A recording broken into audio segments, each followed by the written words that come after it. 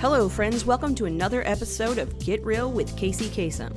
It's the podcast that takes a look behind the scenes of the fantasy football industry through interviews with some of your faves in the biz. For this episode, I talked with Kevin Coleman, not Tevin Coleman, of FootballGuys and the Devy Royale podcast. On this one, he talked with me about winning the Tags Rising Star Award, becoming a Devy degenerate, living in Alaska while being a Cowboys fan, 8-minute videos taking 3 hours to do, the many storylines of college football, and much more. Make sure to follow Kevin on Twitter at @duboys_22. You can follow me on Twitter at @thekacykasem, as well as the podcast at @getreal_pod. This podcast is a proud member of the DAP Network. This episode of Get Real with Kacey Kasem is sponsored by my rad patrons on Patreon. You can become a patron of the show at patreon.com/Kacey Kasem. That's KACEYKASEM. Patrons will get access to members-only live streams of some of the episodes of the show, the ability to leave voicemail questions for upcoming guests, contests, and much more. The Patreon is in the works at the moment, but over the next few months, more content will be dropped. Thank you to everyone who supports the podcast with a small membership fee each month. Okay, now with that out of the way, let's check out my chat with Kevin Coleman. Yeah, that's what we'll do. All right. I'm happy to have a fellow Cowboys fan on the Yes. show. Like, much needed. I keep getting like Bears fans and come on now. So I feel really happy to have you on, Kevin. If you Yes. guys don't know Kevin, you need to know Kevin. You're about to learn about Kevin. But Kevin, before we get into like fantasy football and life and everything else, I wanted to start with something that I think is really, really awesome. And I'm sure people listening really want to know more about it. But you were named the recipient of the first ever Tags Rising Star Award. And we all know of how awesome Mike Tagliere was and is, and how he was just an amazing human being, right? We all know that. And it's so awesome to be able to see something like this come out of, the tragedy that happened, that, he's able to kind of pass on a little bit of his legacy to someone else. How did it feel to get the award? Like I'm like shaking as I'm talking about this, but Yeah, no. So I appreciate you having me on. I think it's so funny. One day I was sitting on Twitter, which I shouldn't be because it's just not a good spot to be sometimes. And like, also I get this message from Pat Fitzmaurice from Fantasy Pros, and who I've talked to a few times, and I kind of went over, and he's a super nice guy. Like, I love Pat.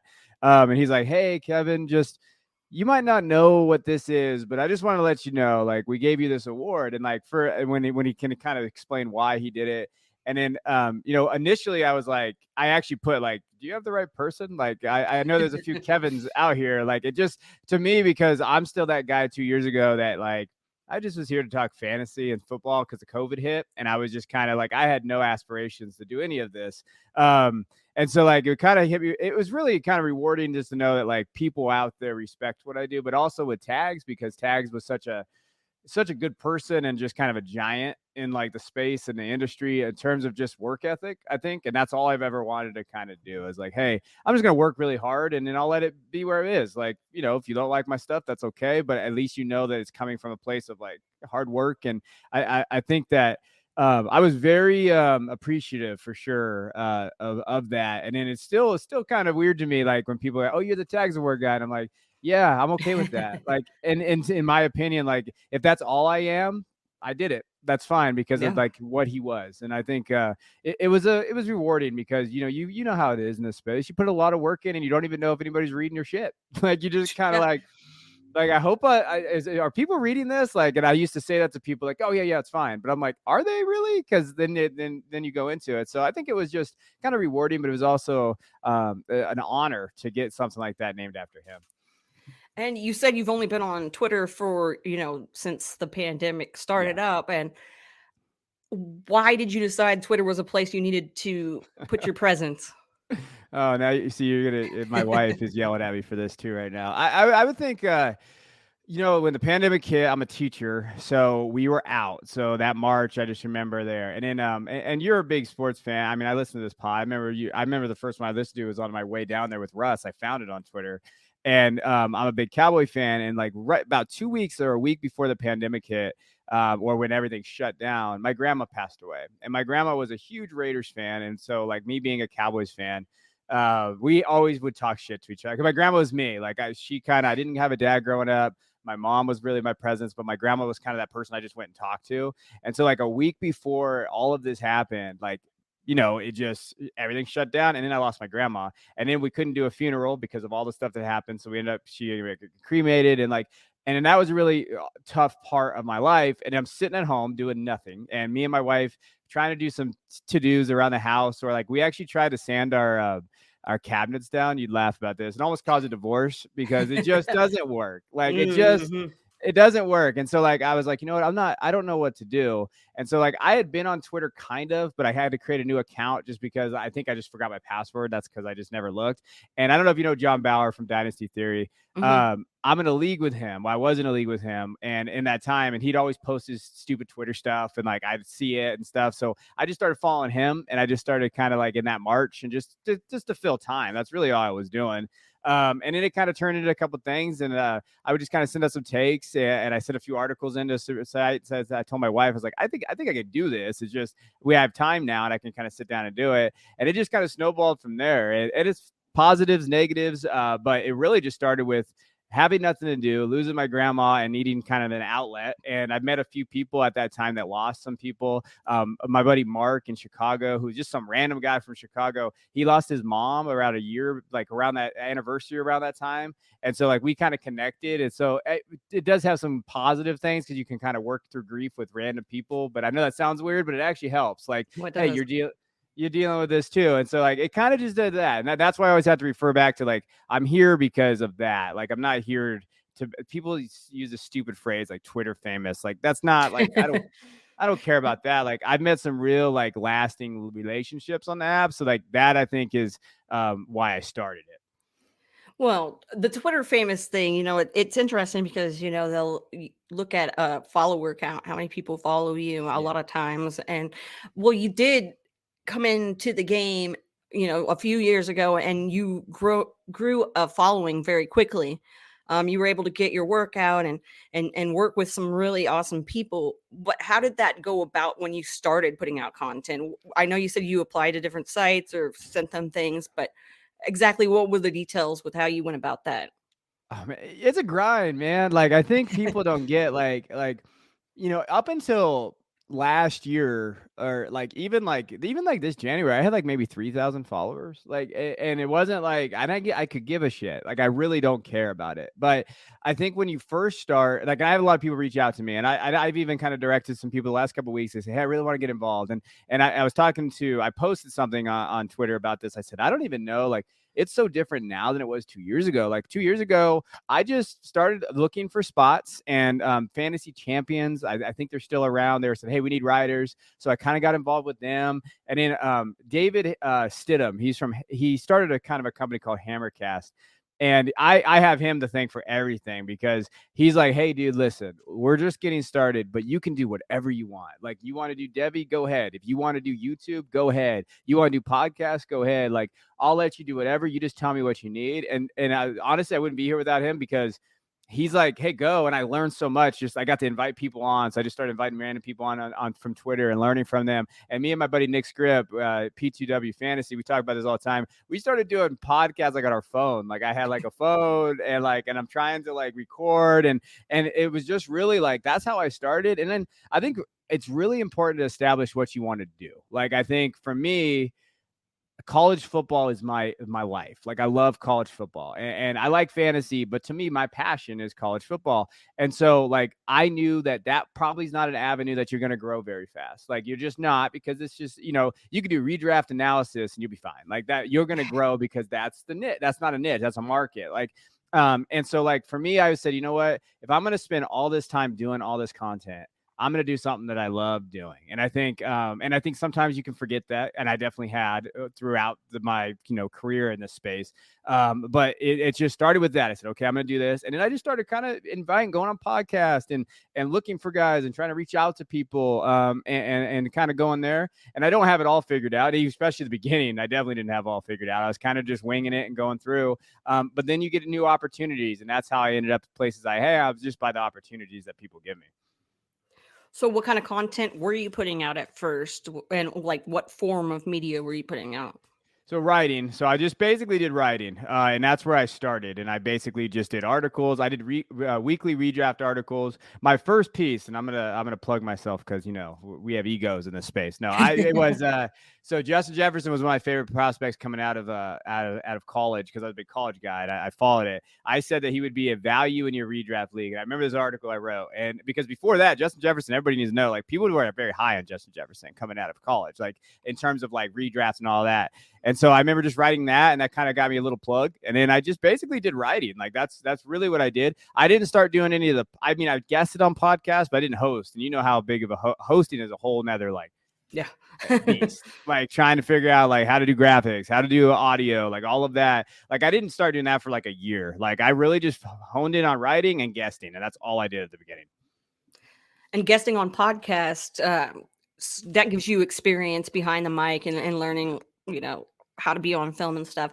Did you have nerves going into podcasting, or what was going through your mind before you started? Oh man, yeah. Oh, you should have seen my desk. Like I was so nervous going to like my first couple of podcasts that like I had notes like freaking taped up everywhere because I didn't have like a nice computer yet. Like I hadn't invested in like kind of the audio stuff, so I had like my laptop and I got notes. Like, okay, if you ask me this is where I'm gonna go. Like I tried to be as like just as prepared as possible. Not saying I'm not prepared anymore, but like you want to try to get as prepared as you can. But being a teacher, I do already kind of have that. I can talk in front of people. So I didn't really have that. I think for me, like one thing my grandma taught me, and it kind of goes back to her because she's a driving force in my life, was like everything you do, you put your name to it. So like name, she's Portuguese. So she had really like culture wise and like that, but that last name for her was very important. And she'd always just stress to me that like whatever you put out needs to be 110%. And so like that's how I kind of approach like podcasting and all this kind of stuff. But that can also be a detriment to your mental health sometimes because you're trying to be perfect in a space that you can't be perfect in. And I think that is also what I struggle with because fantasy, you can't be perfect with it. And so when I started, I just try to be as perfect as I can. And I definitely, and it got better with reps, I think timing wise and like going on with different people. But even then, you've guessed it plenty of times. Sometimes those pods, you don't vibe, you're not that person, that personality doesn't fit. Right. So you got to learn how to kind of maneuver a little bit.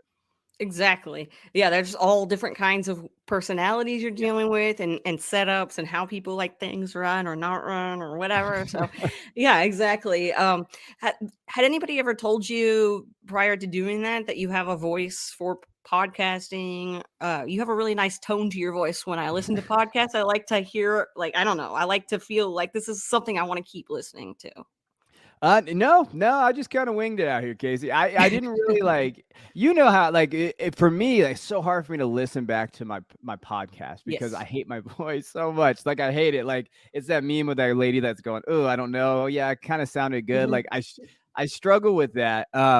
But I think just from a teaching perspective, I knew I could do it. And so now it was, all right, I need to make sure I'm prepared enough to do it. And then I kind of go through and then even go into like the credential program. Like I used to have a class where if you said, you'd have to buy the class donuts. Like we used to do little things like that prepared me in a public speaking role. Yeah. I remember stuff like that. Yeah, exactly. Yeah. Yep. And then I'd be like, oh gosh, don't say. And then it's like, Yep. So yeah, totally get that. But so putting out content is, does take up a lot of time. When you first started, how did you navigate that whole situation? I did not. So that is one area I caution people with. Like you can get burned out super fast in this space. And I think the drive to, I don't know what it is about social media and all that stuff. Like I think the drive to grow as fast as you can and compete can definitely hurt your mental health a little bit. But also like, for me, I had to nail down a schedule. Like I have 2 kids, a wife, like that's my most important thing, my family. And I said, okay, I got to get a schedule. Like early on, my job I was thought was to get out as much stuff as I could and make a presence. And I think a lot of people do that early on, which I understand. Like that's really, there's so many people. And really, like I laugh when people say like, I don't really necessarily call myself an analyst. Like, yeah, I do it. Like I'm a fan first. And then I'm also an analyst too. Anybody can do this. But I also hate when everybody said anybody could do this because that's kind of bullshit too. Not everybody can do it well. Like not everybody can sit down and do it. Like just for everybody listening, if you really want to get it, it's like for an article. So I do a big board article for Football Guys every week. I rank the top 36 guys in college football. I do spotlights, values, and all of this. realistically, that takes me about 2 days. Saturday night, I sit down when my kids go to bed, and from like 8 to 11, I'm ranking and I'm doing spotlights. Sunday night, same thing. Monday morning, I get up, I figure this out. And that's one article. That's basically, and it's free for everybody that has Football Guys, but that's one article that is a lot of work. And I think early on, like, I think one thing that can differentiate yourself, instead of writing 10 articles, write one really good one and then just put that out. And I think that's one thing. When I first started, I was writing a lot of articles thinking that's the way to do it. And if I could go back, I wouldn't, but it did give me reps. And I did kind of go work through the reps of like what I wanted to do. And I found out what I was good at writing and writing styles and those type of things.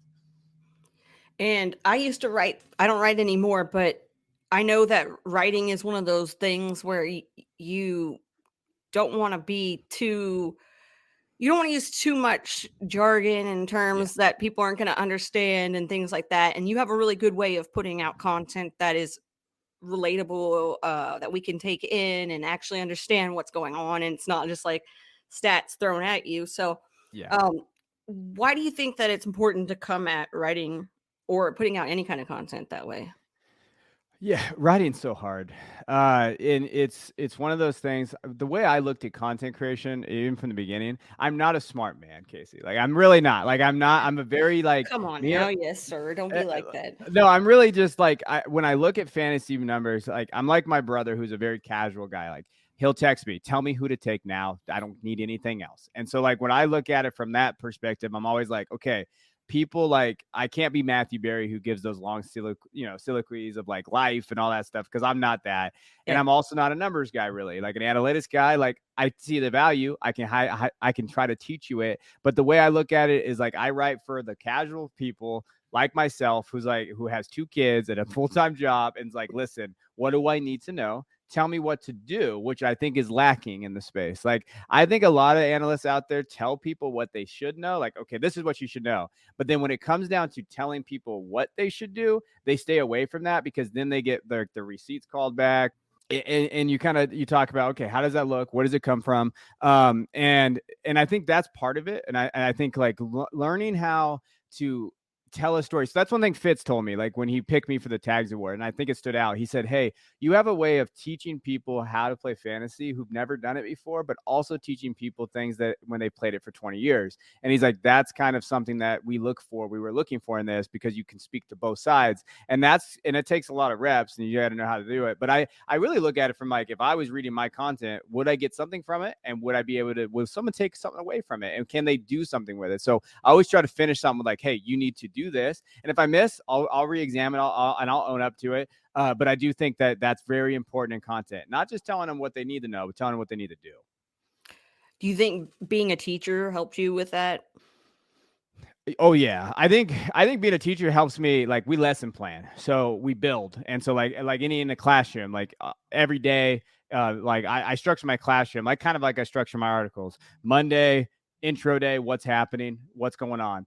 Tuesday, Wednesday, okay, now let's dive into some of the content. Let's go another deeper level, not too deep yet, but this is where we see. So, like, just in fantasy, okay, here's what the trends we're seeing. And in that third, fourth day is essentially, okay, harder level, deeper level thinking. What can we take from this? And in that fifth day is kind of like the fun day, or like, do you do something like artistic or whatever? But in fantasy, it's like, okay, here's what you do. Here's my conclusion based on all that. Go back, check it, and then that's how you build it. So I build my articles like I build my lessons. And those of you that do want to do content, the building of the article, and Kacey can speak to this because she's a great writer, that's the hardest part. Building the article. Writing it's easy. We all have that information. That doesn't matter. It's the build. Like, the build is so important. Like, it takes me a while to build articles, and sometimes I scrap things because I'm just like, well, that didn't work because that didn't happen. And so you go back. So the build is 90% of the battle. The 10% is the structure, format, grammar, all that. 90% is just building that damn thing and making sure it's gonna fit right. So between podcasting and writing, which are you more of a fan of, or they equal for you? I've kind of, for me, I love to write. And if I have the time to write, I enjoy it. The timing, I think, is the hardest thing. And so, like, if I can sit down and write a great article, like over the summer, I write a lot of spotlights for Football Guys, which is a lot. But I have more time because I'm a teacher, so I get the summers off, so I can sit down and really do it. I enjoy YouTube videos. So one thing I've been diving into recently is a lot more YouTube. I love podcasting; it's fine. But again, with my kids, it's hard to be like, oh, I'm going to be gone for another hour, another hour, another hour. But for YouTube, like I like building YouTube videos now, and I've been doing that for basically, I've been off and on for basically the entire time I've been in space. But like the last month, I've been really focusing on our channel, building like YouTube videos, and I find that to be kind of rewarding because they can be 10-minute clips. Hey, here's what you need to know. But it does take similar, like, don't think that you can just go turn on the mic, everybody out there. Like, you do have a lot of background there. Like, I did a YouTube short for Football Guys this week. It took me basically 3 hours just to do a like 8-minute video. And then you don't see the outtakes too when we hit record, right? And then like we screw it up like 4 times and you're like, damn it, you go to StreamYard, make a new room. Like these, like people don't get that side. But I have found that medium to be a lot of fun because it's challenging and there's different ways you can kind of go towards that content. And I've never put out any kind of content on YouTube. So this is great for me to kind of learn, and I can ask the questions that I want to know the answers to. Cheat code. No. So what's something that you wish you would have known going into putting out YouTube content? What is like a little thing that you wish you knew prior to putting out the content? So algorithm is key. Like people talk about it all the time. Like you can make a great video, but if your thumbnails are crap, no one's going to click on it. And so like those of you out there, like Canva is free.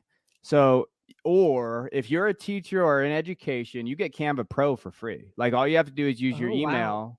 All you have to do is use your school email. You get Canva Pro for free. Like you just have to have it on there. They don't check. They just, they send you the email. You have to click it and say you're there.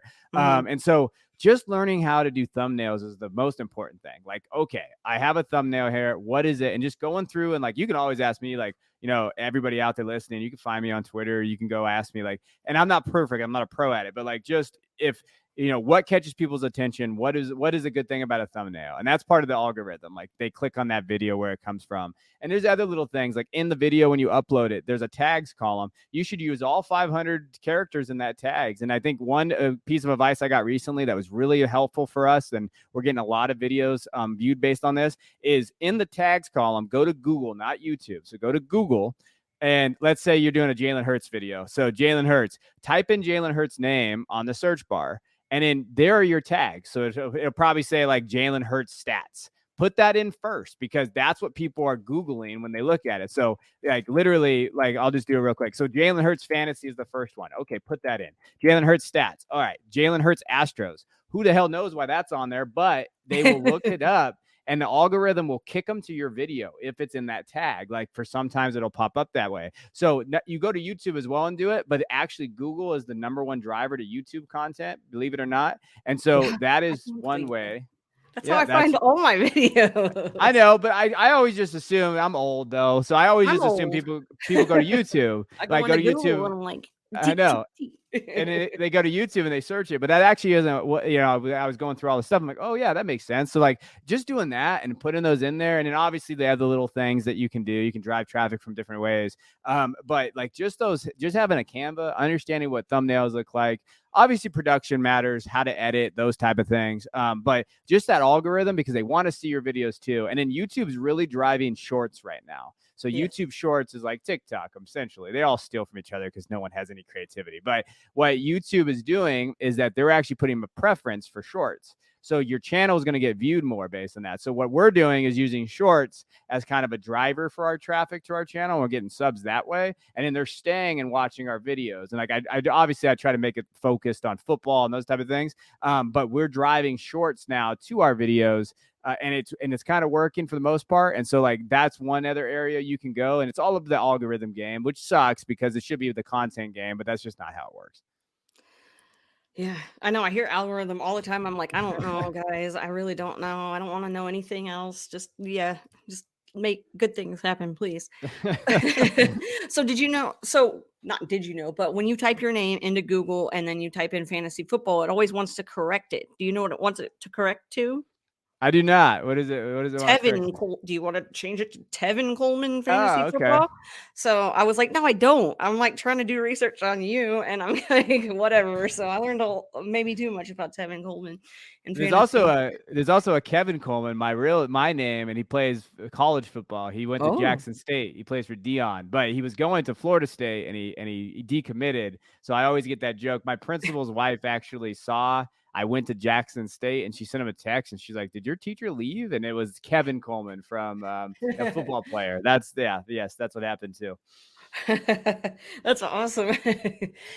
Okay, so you brought up, well, I want to bring up actually something that's a social media platform that's had its waves, but I never got into it because I never got invited to it until it was too Mhm. late.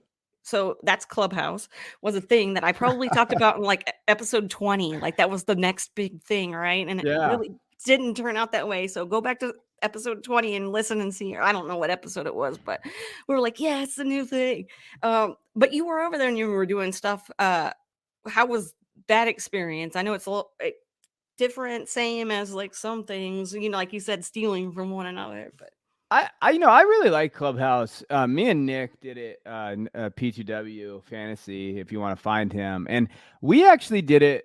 We just did stuff for new content creators. So like what we did is like, and we really do this a lot. Like we're going to do this again. He's been coaching, so we haven't had time, but we really highlight, like we said, hey, you know what? We're going to be on for an hour. Come on. Tell us where you can find you, and like tell us some things you've been working on if you haven't been in the space. Maybe you want to talk about some things. And so we use that as like not so much a networking tool, but almost like a, hey, let's go talk. And I think I still remember Garrett Price from Dynasty Nerds and stuff. He hopped in and he was telling people how to get noticed in the space. And like there was other guys that like jumped in. And so to me, that was valuable. And not knowing that me and Nick definitely aren't in that echelon of people, but like just trying to get people a start. Like I'm not here to be full time. Like I can't. I yeah. can't do that. So Clubhouse allowed us, which I think is good. I think Twitter has Twitter Spaces, which is okay too. But you can't really isolate who gets in. Where Clubhouse, you could kind of stop the trolls and stop those type of people from coming in. You had to get invited. I don't know why it flamed out. I think it was a good, interesting idea. But I thought it was, I liked it in terms of just that. Like we did some fantasy talk too, and we did some stuff. We did some Devy spaces in there and stuff like that. But I think people are just lazy and going to a different app. That's, I think, the reality. Yeah, that's probably why I only use Twitter. I'm such a loser. And I'm like, I should, broaden my horizons and expand out more, but I don't. But for me, the reason it died out is because I didn't get invited because I had an Android phone and, the whole Apple versus Android debacle. Yes. So I couldn't get on it until it was too late. But it sounds fun, and I was really jealous of the people who were able. And I know it's still a thing, but is it? Sorry, I don't guys. know. It's just something we hear. We hear it still. It's out there. Yeah. This podcast is never going to be sponsored by Clubhouse. I'm so sorry. Anyway, so you brought up earlier your grandma was a Raiders fan and everything, and your handle is DuBois22. I guess I can understand what that is about, but let me know exactly since we were talking about Cowboys earlier. Yeah. So yeah, I'm a beleaguered, Cowboy fan for life. What actually happened to me was her husband was a Cowboy fan, so my grandpa, and we were big. It was one of those things where your grandpa wants to like kind of indoctrinate you with what he loves, and so he's from Texas, and so when they got married, so he'd always send me Cowboy stuff, and I lived in Alaska, so growing up, I actually lived in Alaska. They lived in California, and so we didn't see each other too much. But we got to spend time together certain times. Well, he'd always send us Cowboy stuff, like and just to indoctrinate me and stuff. So we were very close. And then we had moved. So when my parents split up, and then after I basically just had a single mom when I was 9 years old, we had moved into my brother's in Nevada, and me and him were going to go to a Cowboys game. So we were planning on going to a Cowboys game that year. We were really excited about that. But unfortunately, he got killed in a drunk driving accident. And so I lost my grandpa, and it was really like, it was hard for me because that was kind of my father figure too, someone who's always been there, but he's a huge Cowboy fan. So that's where my fandom comes from. And when I started my Twitter account, and I know this sounds stupid for everybody out there, but like my grandma had just passed, and I was trying to kind of do like I am terrible. I am not creative with names. Like all of their shows that we do, Jeff Bell creates all the titles because I can't do it. Like he's got this weird ADHD mind out there, my co-host. And he does these things that are there. Me, it would just literally be college football show. So like my Twitter name, I had no idea.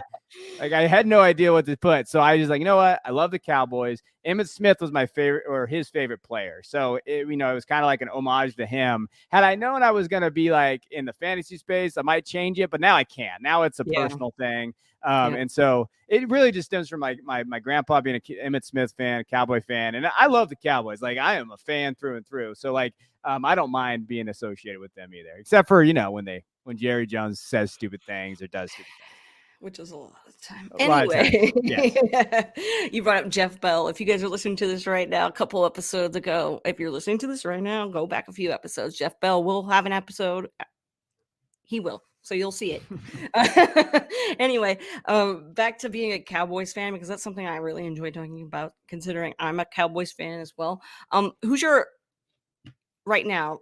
This is 2022, by the way, guys. But who's the Cowboys player who has your heart right now?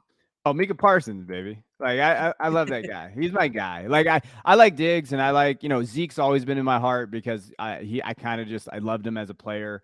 He was one of my first Devy picks, so I'm a big Devy guy. So I got to watch him go, even though he went to Ohio State. I got to watch him go to Cowboys, but I love Parsons, man. He just plays with that fire. He really reminds me of DeMarcus Ware. Like he really does. So like I love DeMarcus Ware. So like, and he has that passion, that drive. I just hope we don't screw up Parsons' career like we did Ware. Like I really like. That's where I look at like those guys. And I've always been kind of lean defensive side. Like I loved Roy Williams coming up. I love Terrence Newman. Like I like these guys that have been on the defensive side of the ball. But Parsons is so fun to watch. Like he is just everything that's right about football. Really is. And it's so awesome that he ended up with the Cowboys. Like that was great. Growing up, or you said you were from Alaska originally. How was growing up and being an NFL fan? It's funny. Growing up there, my brother actually started one of like the first flag or football, like Pop Warner football leagues there, because like he loved football too, and we had moved there from Reno when I was really young. He wasn't. He's 13 years older than me. So he actually started it. So we played a little bit of football, and I lived in Soldotna, Alaska. It's on the Kenai Peninsula for all you out there. But I actually played hockey, so I was a hockey guy. So I played hockey from 5 years old to basically 9 until we moved. And we moved from Alaska and playing hockey and all that to Nevada, where they don't have ice in Nevada. It's hot and they don't have that stuff. So I grew up playing hockey. I think that's where the physicality came from. But I loved it there. Like it is, it's different. It takes a different person to live there. I lived in Southern Alaska on the peninsula, so it wasn't as cold. It's cold, but it's not always dark or light. Like it's pretty normal for the most part. But it's an interesting area. We got to go back there a couple years ago. I got to see where I grew up because we actually built our house from the ground up. My family did when we moved there. And so that's a really cool story because all those TV shows now that kind of idolize it and stuff. We did that. We built it right on the lake. One of my chores was actually going out and like breaking up the pipes with the ice because it got cold out. Like I drove my snowmobile to the bus stop. It took me an hour and a half to get to school because of how far we lived outside of town. Like we did all of that. Like it was awesome. And then being a sports fan, I was a Red Wings fan, Detroit Red Wings, because that's when they were really good for that. And then I used to watch the Cowboys when I could. But technology is so much different now. You can watch anything anywhere now. Back then you were stuck with 4 channels, maybe 3. So you watch what was on. It was hockey. It was hockey. Well, how did you get involved with fantasy football? So in high school. I was 14, and my best friend at the time, me and him, we co-owned a team together in his dad's league. So one of his dad's friends just dropped out the day of the draft. You know how that goes. Someone just leaves and doesn't come in your home draft. And like, hey, I need somebody. And so his dad looked at us and we're like, we'll do it. And he didn't want to have 2 14-year-olds go to his home league draft. But we did. And so we actually drafted the team, and you'll love this. And I'm pretty sure is that around the same time, Bledsoe was on the Cowboys and all those guys. And we were Cowboys fans. So you know what we did? We just drafted because we had no idea what we were doing. Just drafted Cowboys Cowboys players and just whatever. But that really hooked us. And we still talk all the time, me and him, my buddy Ryan, about this. And that's really where we started playing. So I've been playing for almost, I'm 33 now. So, basically more than half my life. Like when you're looking in terms of, I can't do math very well, but pretty close, just having fun and doing that stuff, but nothing too competitive until probably late 20s. But really just fun home league stuff. And it really it was exciting. And it was really a lot of fun. Are you still in leagues like that? Like more home type of leagues that aren't, your typical like industry kind of leagues or anything Um, along those?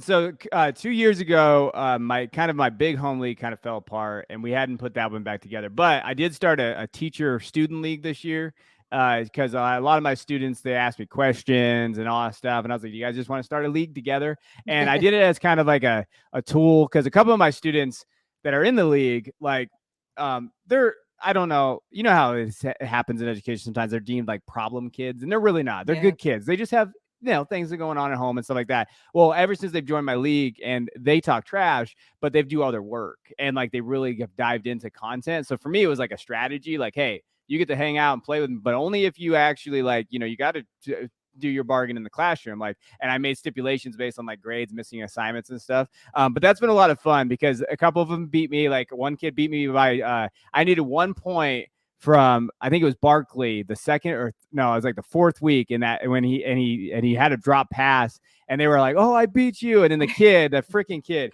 Owen, and he brings the sleeper printout of me losing to him, and with our profile pics, and he printed it off and he stapled it to my wall. And I think it's hilarious. Like, I love it because that just shows like, I mean, this is why we're here. Like, as educators, we're supposed to have, like, it's not just always about teaching; it's about teaching other stuff.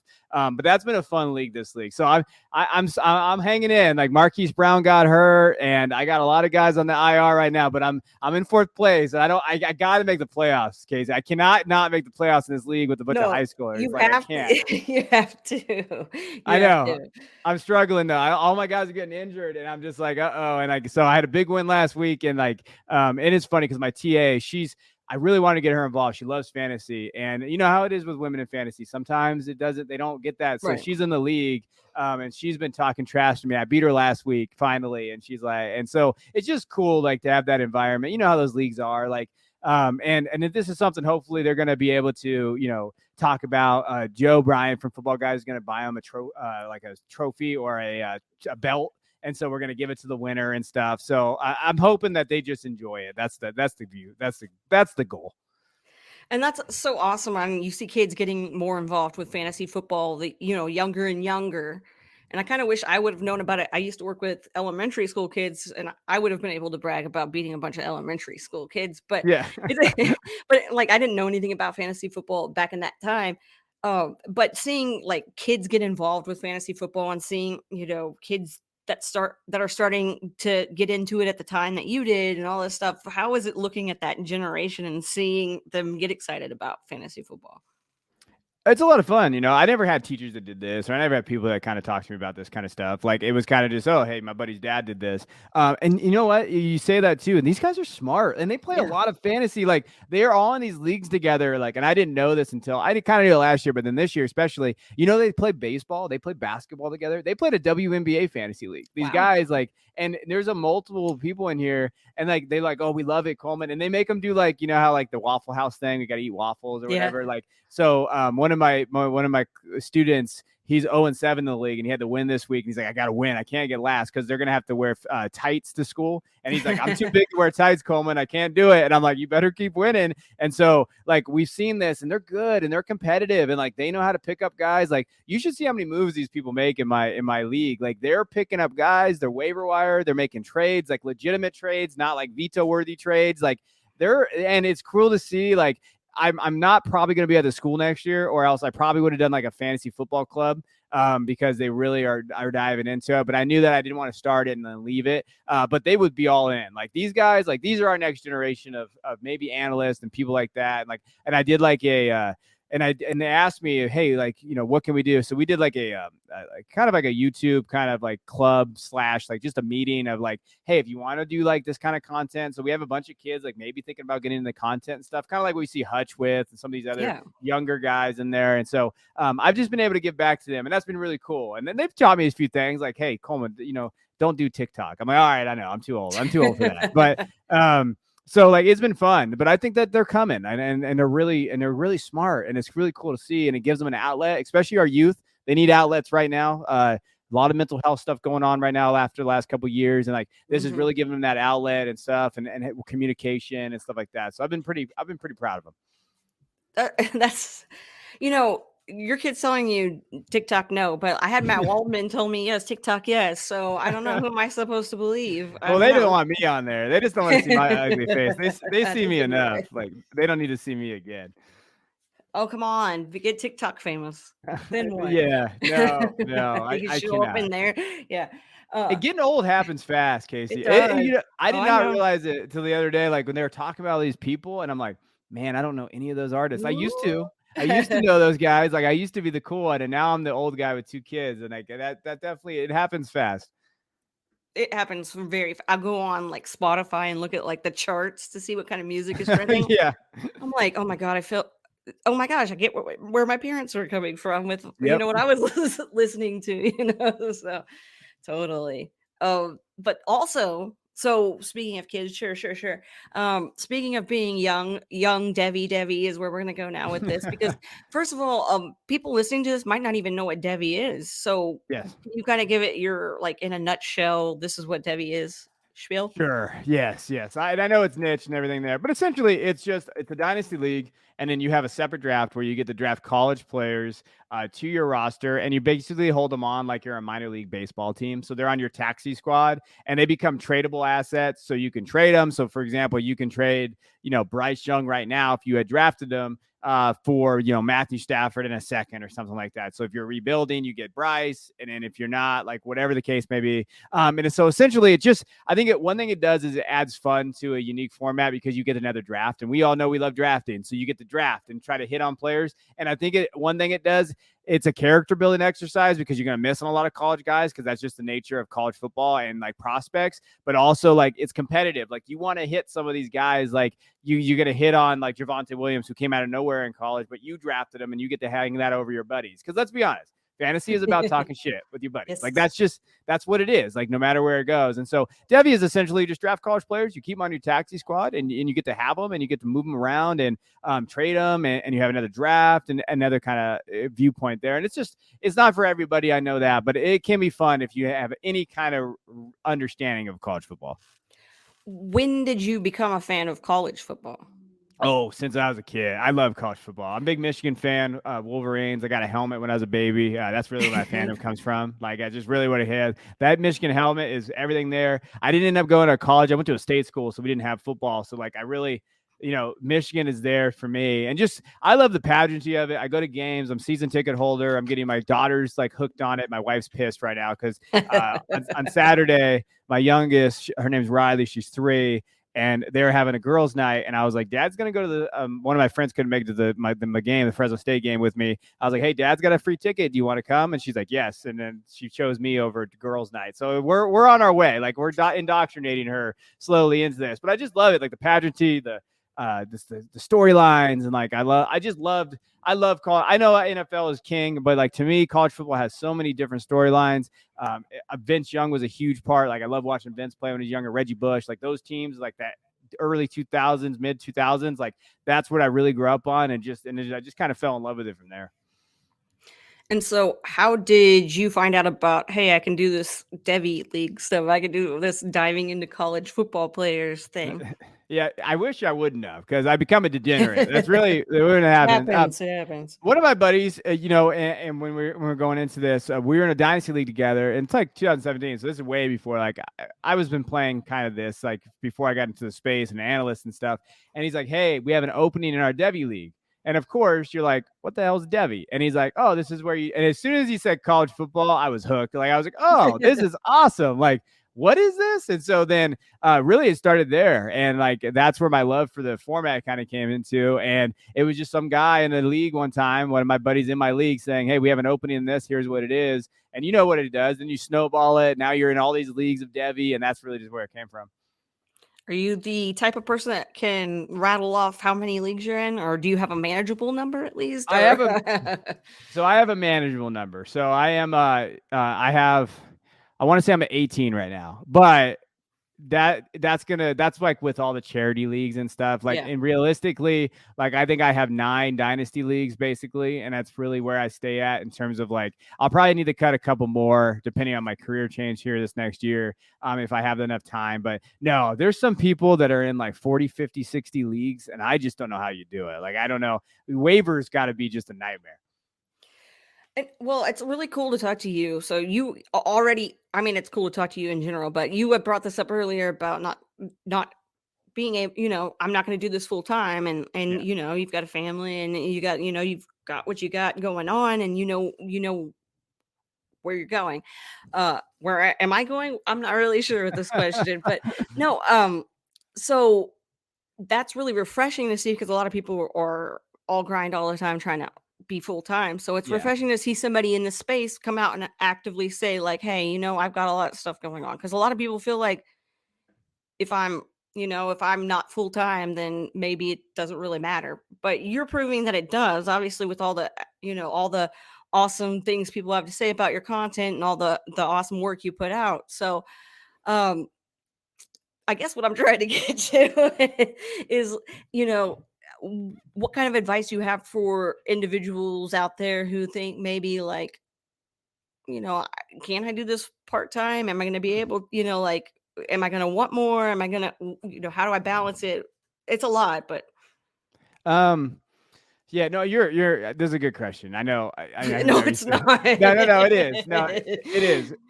So balance is key. So it's all I can. I think it's dependent on where you're at in life, right? Like if you're Yeah. younger and Yeah. like you think, because so let's be honest, everybody out there, like there's not a ton of money in this. Like so, like when you're looking at jobs, like I've interviewed for some full-time jobs. And when it comes down to it, the money's not there for me personally with the family that I'm raising. And like, I'm the single income provider. Like I would love to do this full time if I could, but I'm not, I'm realistic of what like that looks like. Now, Mhm. maybe, yeah, if I was on ESPN or these other platforms, I could be making a livable wage. But I don't think I can get there yet. And it doesn't make sense for my family, which comes first. But Mhm. again, if you're out there and you're like, what do I do now? The grinding takes a while. Like, Right. for 2 years, I mean, I just got on with Football Guys in March or February, basically. But it took me about 2 years, really. That's kind of almost my 2-year anniversary there of really just putting out content like all the time. Like, I know I bounced around a little. I went to Fantasy Pros, and say what you Mhm. want about Fantasy Pros. Like, there are people out there, naysayers about them and this. They give you a platform. What They you do with do. that platform is up to you. Like Yeah. how you look at it from that perspective. And the way I always looked at that relationship was like, I know they're using me probably because I am labor and they want articles, and that's fine. But again, I'm going to put out stuff that I think is valuable. So if someone comes across it at some point, and all it Mhm. takes is one person to see your work out there, everybody. Like, so it's all it takes. It's like, oh, that's really good. And I think that's where I kind of looked at it from. But as far as full-time or part-time, like there's not that many full-time spots. There's Mhm. dudes that have been doing this for 20 years that still aren't full-time. And so I think you just get into this manageable, okay, what am I going to get out of this? So for me, like I grind like I'm full-time when I'm at night, and when I'm not going to bother, like I don't take family time out of it. Like Right. at the beginning I did. Like at the beginning, I realized Me like, too. Love you know how it goes. Like at the Yep. beginning, you get that like, I have that chip on my shoulder and I'm gonna show people. And unfortunately, sometimes that carries over into real life, right? And then you're like, oh wait, I can't do this. So like, and my wife talked to me one day, and she's super supportive. Like my wife, I married her. And this is what's funny. My buddies always are like, how does she let you do this? Well, because dumbass, I married her for a reason. Like she knew who I am. Like she knows like I'm very passionate about things and I'm gonna go 110%. And she knows that. She knew that marrying me. So like when I dived into this, she's like, I know what you're going to do. I support you. But if it comes to a time where I feel like it's affecting us, I'm going to let you know. And she was very good about this. And then like probably, in the middle of it all, she's like, hey, I need your help. Like you got to like draw back a little bit. And then that's when around the time I realized like full-time probably wasn't going to be an option based on the things that I've saw, like the money and all that kind of stuff. And so it really helped me. Like it really kind of like, and just having a good support system helps too. That just having that person saying, hey, we need you back. And I think looking at it from that, I was like, oh, okay. But then you just fall into this thing. Like I'm very comfortable with where I'm at. Like I could go away from Twitter and all that stuff and just Mhm. have a couple articles every once in a while. And I'm okay with that because my value is in a real life kind of area. Like I teach and I'm going to be hopefully administrator next year. Like that's my job. This is my passion and this is where I want to help people, but it's passion. If it Right. ever turned into not a passion, I just quit. No, I feel you on that. And I wish that being, a full-time analyst or whatever was a thing that was a thing when I was, Yeah. in high school or in middle Yeah. school when everybody's trying to figure out what they want to do when they get older, when they grow up. What did you want to be when you grew up?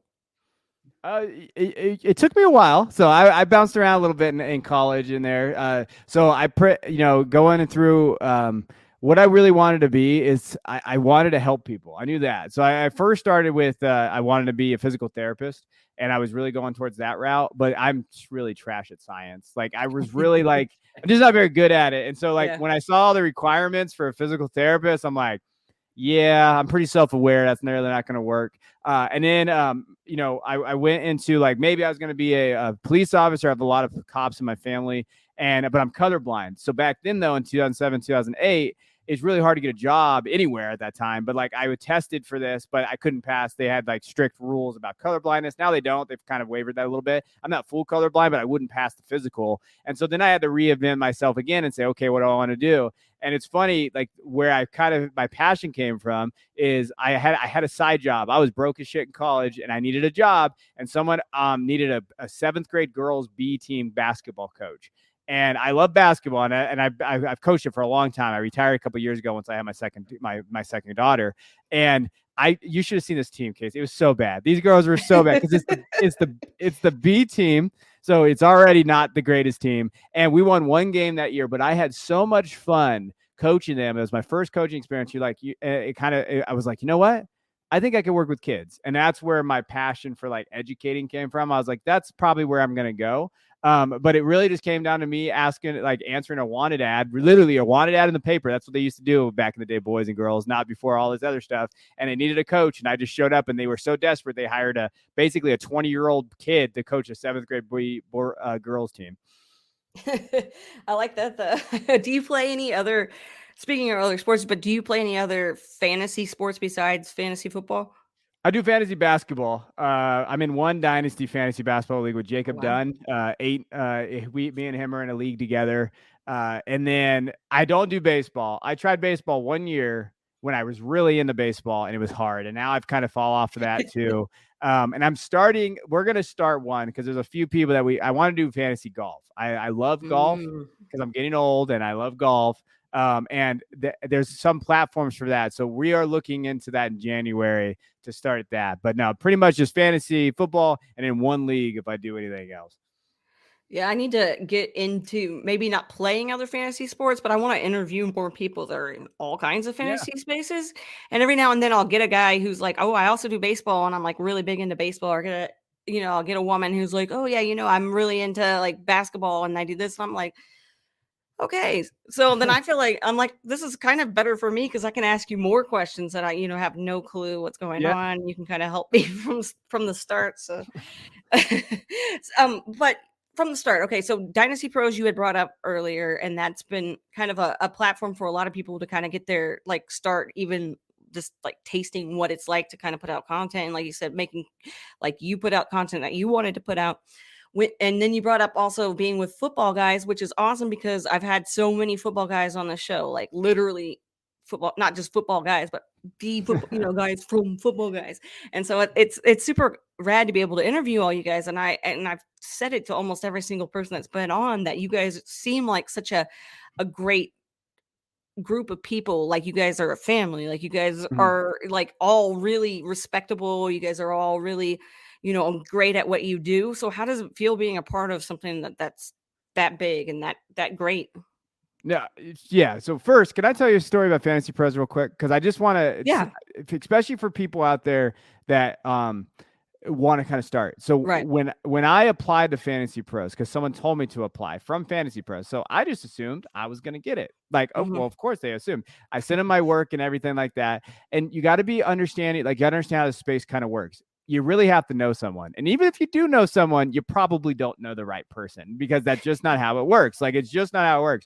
So they sent me back and they said, hey, you're not good enough. This isn't good enough. And I thought it was excellent. And I was like, what are you talking about? And so and it really depressed me because I was like, no, I'm supposed to go work with Jeff Bell and Christian Williams for Devy. Like, this is what it was supposed to be. Like, I don't know what's going on right now. And literally, I felt sorry for myself for like 4 or 5 days. And I could have quit right there. I could have just said, you know what, screw it. I'm done. Like, this is it. But and those of you out there, if something like this happens, you know what I did?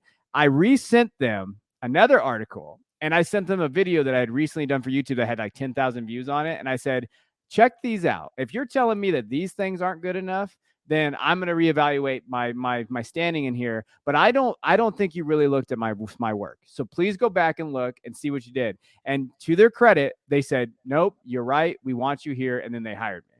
So don't like take rejection out there, like and don't send like a bunch of stuff out there if you're new. But for me, like at that point, I felt comfortable doing that because I felt like I had a body of work to do it with.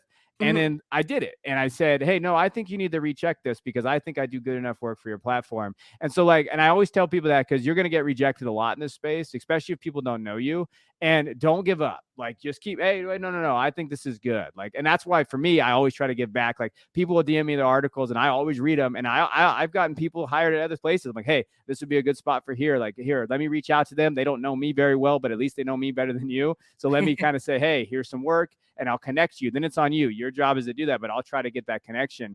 But sorry, I know you had other questions about football guys, but I really want to reiterate to people, like, don't give up, because if you really want to do this, like, I know it's so stupid and cliche, but like, if you really want to do it, like, you're going to get those naysayers in the space. And just, if you put out good work every time, you're going to have that following and that backing. And it doesn't matter anymore, because if you put out good work, they can't deny you for that long. Like, you're going to be able, they'll find you. And then you trust yourself. And I think that's where it comes from. And that comes with football guys. Like, I know Joe Bryant.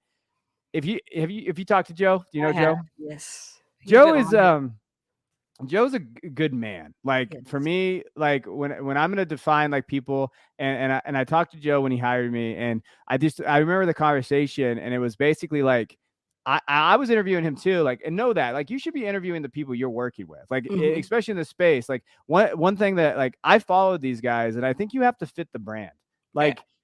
And it matters. Like, there's certain brands I would never be able to work with, and I won't name them, but we know, like, there's just some that I couldn't personally fit with based on who I am as a person. And it's not that they're bad brands; it's just I don't fit, and I know that I don't fit. So when I was talking to Joe Bryan, who's the leader of Football Guys, like, he's a master communicator, he's a master leader. Like, he knows how to, like, really lead a good company. Just after like that 20-minute conversation, I was like, yeah, I could work here for the rest of my life if I wanted to, just based on who he was. And like you said, we're in base camp. It's like Slack, but it's called base camp. And we have fiery meetings sometimes, or we have like people that kind of like, we have very fierce conversations. I like to call them that. Like, hey, like fierce conversations over like takes and stuff like that. But there's a level of just a respect for one another that you don't get on other platforms that we see. Like, hey, I might not like a take of yours, or maybe you got this wrong, but let's talk about why. Where does that come from? And I think that's the value. If people could see those conversations, they'd realize like how much work goes into this, and like what Football Guys brings to the table. And in reality, like, and it's something that he's taught me too, Joe and these guys, like, we're not making content for anybody else but the consumer. And those consumers aren't on these platforms you guys are on. Like, these consumers are on our website. That's where they go to. Like, and how do we do this? And I've not met one person from Football Guys that I don't respect and love. And like, they are just good people. And then that's where I come from. And I like to make content with good people. And like, I'm sure whoever's listening to this right now was probably like, oh my gosh, you're sucking up hardcore. But no, Football Guys, like, I've gained so much respect for Football Guys as a brand, just talking to a bunch of you guys from over there, like being able to talk to you, and every single one of you has been so willing to help other people out, and just like, send me your stuff, or let me, and I let, ask me questions, and it's just really cool to see, because as somebody in this space who, kind of struggled to figure out exactly what I was going to do, and decided like, hey, I don't really know. And I waited till somebody asked me, do you want to write? And I'm like, sure, whatever. But it's cool to see, so, and like you said, the interviewing thing is very interesting too, because you do kind of want to make sure that you guys are all vibing and everything. And speaking of people vibing, see, I love to, I'm really bad at this whole like transitioning thing. So speaking of, let's go to something that's really good, and that's the Devy Royale.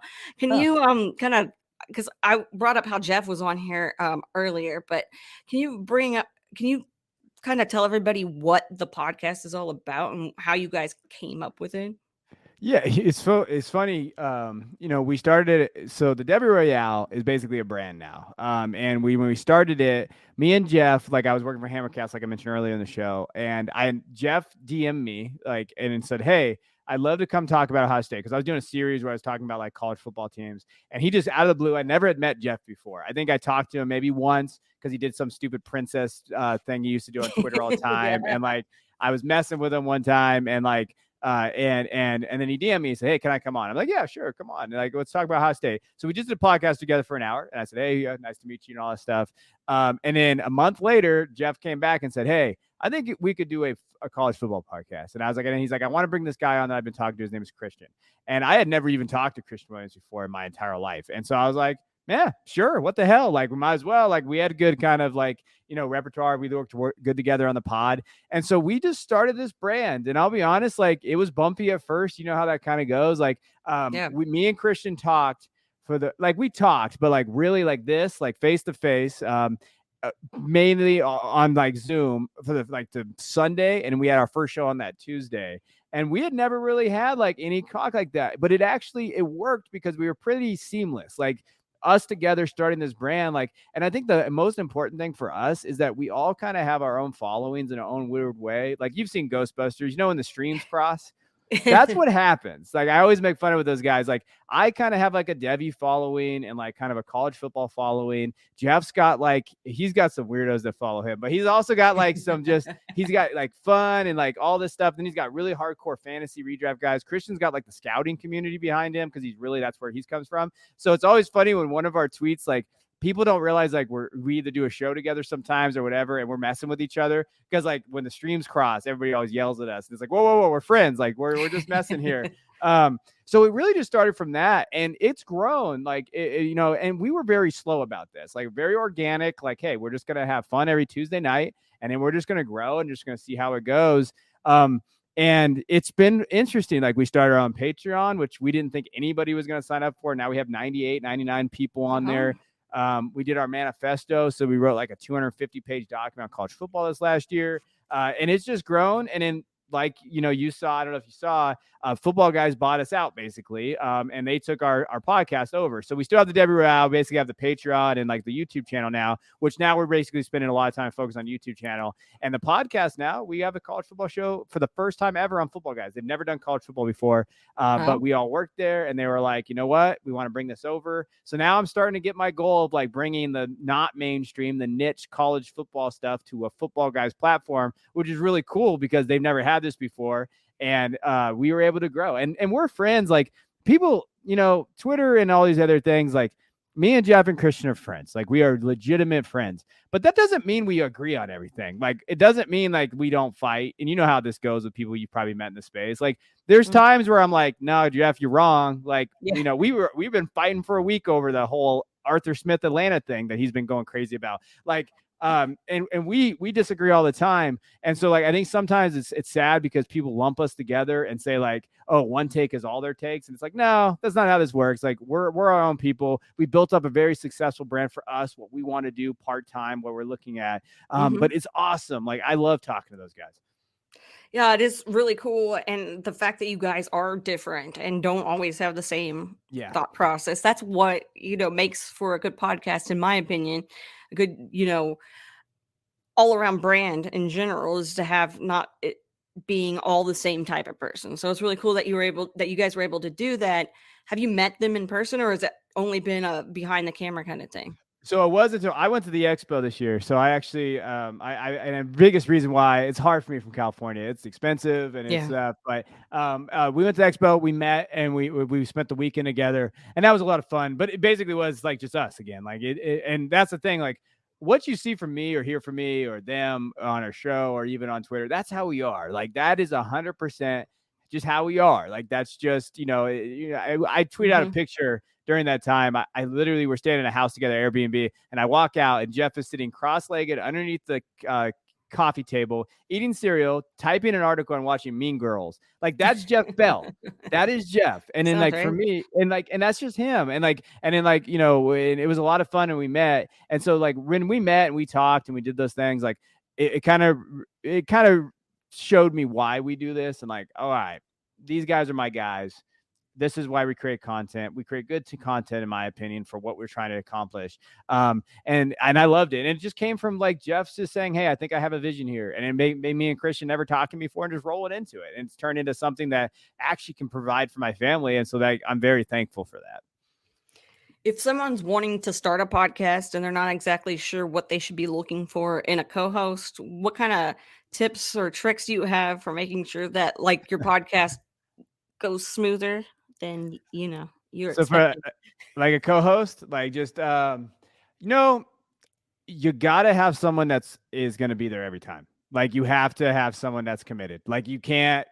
It hurts me when I see this sometimes, and I'll say like, "Oh, not going to be here this week. We'll be back next week." Like, no, you can't miss a show. Like, you just can't do it. Like, and I think, and for us, our show works with 3 people. You have to do it with 3 people. Like, it doesn't work. And sometimes we're out. There's things that happen, Right. but we always have a show. Like, there's always a show. If one of us can't be there, we record on a Sunday. We will play it again. Like, so we haven't missed a show in like 2 years. So we go every night, and like that's just the reality. That's what we're trying to do here. And I think that's consistency. Having someone that's going to be there. That's why I think I see a lot of young guys get into this. And I was younger. There was I was not going to probably do a podcast every week because I was out having fun. Yeah. That's just kind of the reality of what my life was. So like, you got to find people that are definitely going to be in it and they say, hey, and I think you also need to find a person that numbers are a number. They're not necessarily dictating what you are, because you know that they're going to go listen to these other.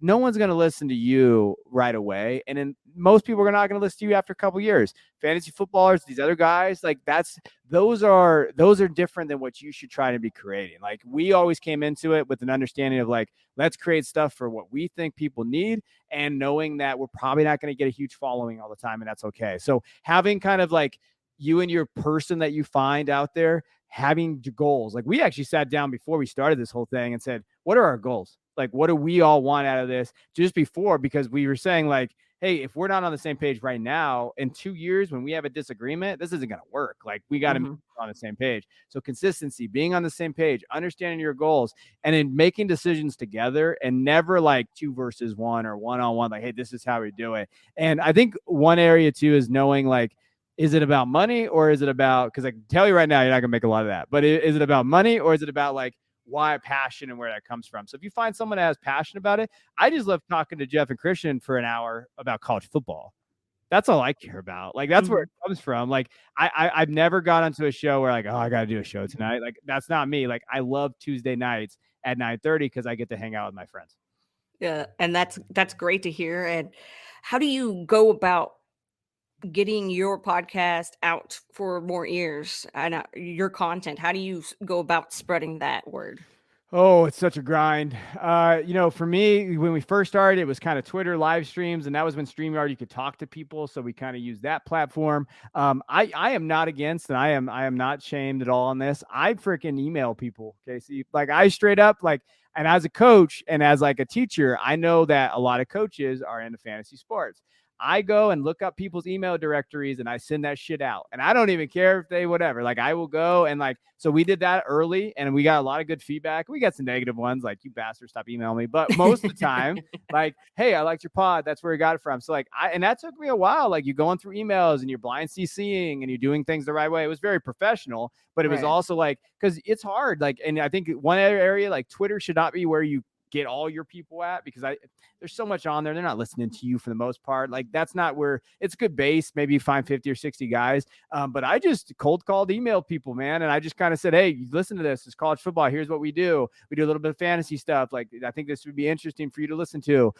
Because my thing was, I was trying to get those people. I didn't want my friends. I mean, I don't mind my friends listening to my podcast, but I want people out there that like, hey, I want to get a different group. And then they just tell other people and they tell other people. The one thing we've found though, is that the Devy community in its nutshell, they like to hide people they like, because they want to get it up in their league. So like, for us, like, I think our Patreon probably would have a lot more people, but people don't want to tell people like, hey, this is a really good product. You're in a league with me. You should get this. Like, so I think that's another area of like how you do it, but just grind, man. There is no bad way. There's, how they talk about the publicity thing. Like, every good publicity is any publicity. I really believe that. And as long as you're being respectful, you go out there, you send that. I made cards one time and passed them out on my kids' back to school night. Like that's what I do. And cause that's how I have got taught. You just grind and grind away.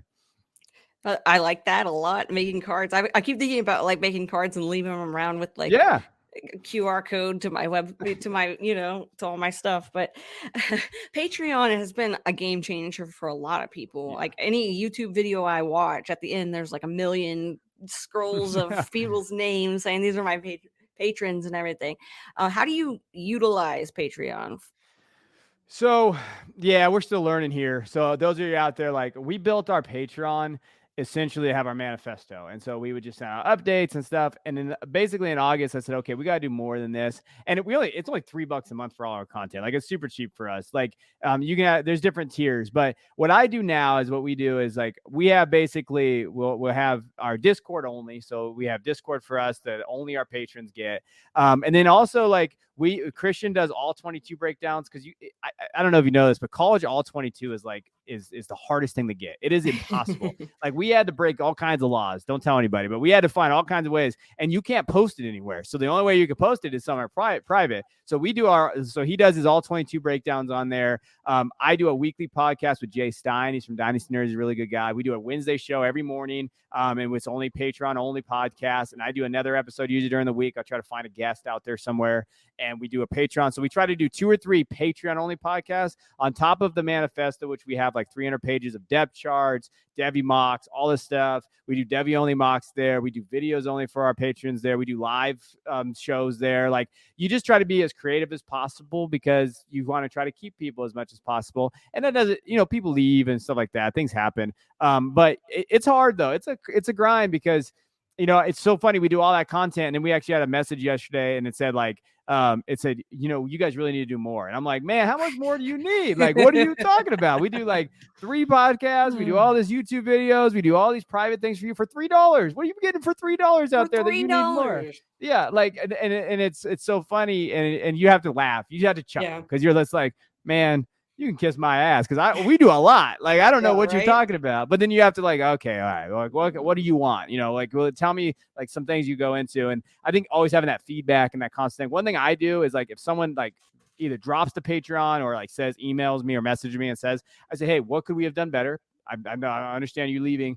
Please don't come back. But like, what are some things you wish you would have saw? And I take that feedback and I adjust. And that's why I've been doing the weekly podcast and stuff like that. And I think it's just important to build that community. Yeah, I had a Patreon link for a little bit. I still have a Patreon. I just don't have it turned on right now or whatever because I'm like, I don't really know what to do yet. And I don't want to just put it out there and put it out there. But yeah, it is like you said, it is kind of, you got to think, and I can't think outside the box most days. So, but I do want to get going with that. So it's really cool to hear, how you guys utilize it and how things are changing.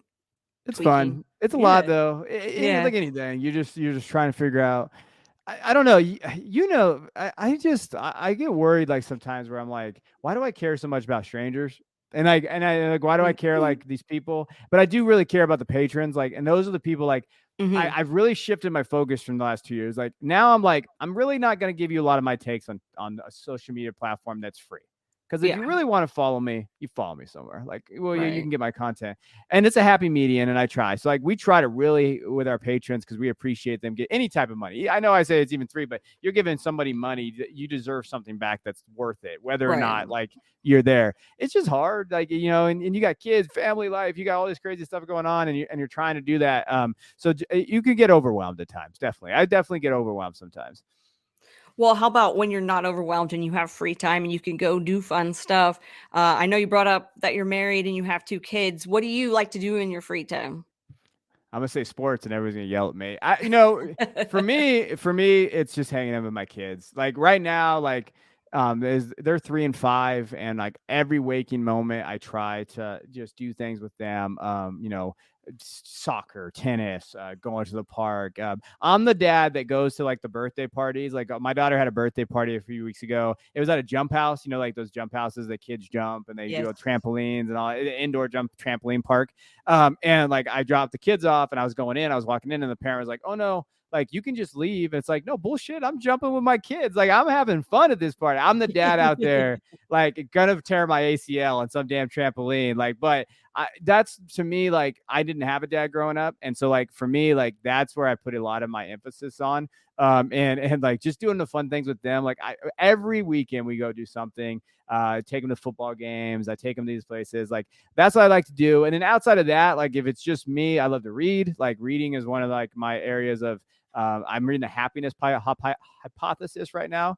And it's a really fun book. And it talks about just kind of like, how our mind and brain, it's a psychology book. I teach AP Psych, so I kind of try to relate it back to the class I teach. But just going over that, and in golf, I like to golf when I can, when I get out there, and just kind of do something. I used to play basketball and stuff. My joints, my knees, I'm getting a little older, so like playing those type of sports, they're a little bit of a struggle now. So hanging the kids, and then just getting out there, some hobbies, some golf, something like that. And you brought up charity leagues earlier as being some of the leagues that you're in. Yes. Are you a part of the Scott Fish Bowl? Yes. Yes. I like to bring that up because I feel like I haven't talked about Scott enough in the last few episodes. We have to bring it Yeah. up again. But no, being a part of charity leagues now, now charity leagues are getting bigger and bigger and bigger. Why do you think that the charity aspect of fantasy football has blown up the way that it has?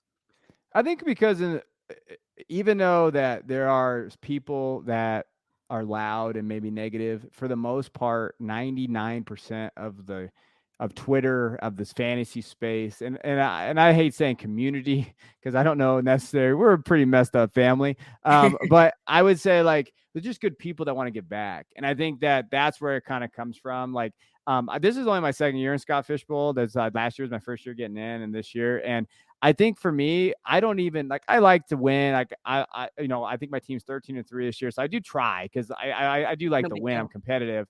And then last year I made the playoffs, but then JT's bye killed me. And like, I remember these things like, but at the same time, I have a lot of fun with like, hey, I buy the shirts and I do the streams and I come out and I try to give out back as much as I can. I get the Abby makers, or I donate, like I'll do the eliminators. And I think for the most part, we're just all, if you're in fantasy, you're already a little weird and you're a little bit, it's just cool. It's just fine because our brains work a little differently. And we are definitely addicts to it. And then at the same time, like I think that we're all good people, and I think we all want to kind of give something back. And I think that's where the Scott Fish comes in. Scott Fish is a great guy. In general, just in Ryan McDermott, great guy. Like these guys have kind of built this industry there. And I think that giving back is one way for us to show how appreciative we are of building this space for people like us to be able to come and do these things. And that for me, that's where it kind of, donating and doing those things. I love the league. And I'll never not participate in it if I have the chance. But I think we're all good people. Like I'm a glass half full type of person. I believe that we all have issues sometimes, but I think we're all good people at times where we want to give back to people that are less fortunate. Couldn't have said it better myself. You put that very nicely. And Scott is a great guy, and the whole fantasy football positivity movement, I'm all for. So Yes. okay. Well, before we go, I have learned a lot about you, but I haven't learned one important question, which is if you didn't have your beard and you didn't have your glasses on, would your co-host be able to recognize you if you weren't talking? Probably not. I've shaved one time, Kacey, and they did not. You should have seen their face when I popped on the StreamYard. They were like, "Who is this dude?" Like, I look way too young. My wife will let me shave either, so don't worry. Like, it's not happening. That was a one time I messed up, and like that's part of it. I messed up, and that's part of it.